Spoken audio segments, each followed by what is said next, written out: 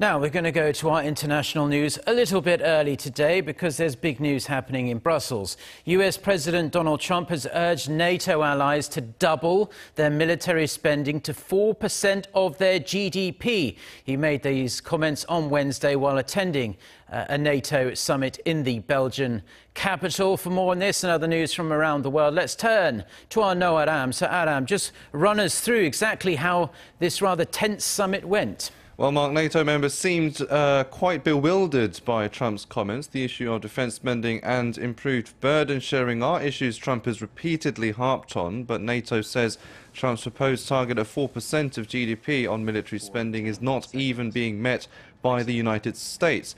Trump had earlier said Washington spends 4.2%, but according to numbers released by NATO, it spent an estimated 3.5% on defence this year, which is just a fraction lower than last year's figure. He also singled out Germany for not pulling its weight, saying Berlin only spends a little over 1%. NATO figures show Germany spends just under 1.25%. When asked about Trump's proposal, this is what NATO Secretary General Jens Stoltenberg had to say.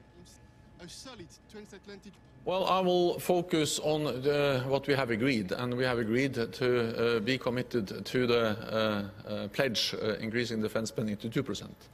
And let's start with that. So we have a way to go, but the good news is that we have really started to deliver.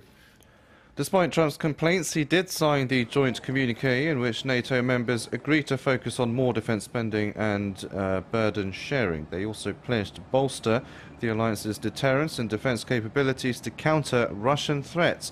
The joint communique comes just days before Trump meets Russian President Vladimir Putin in Helsinki.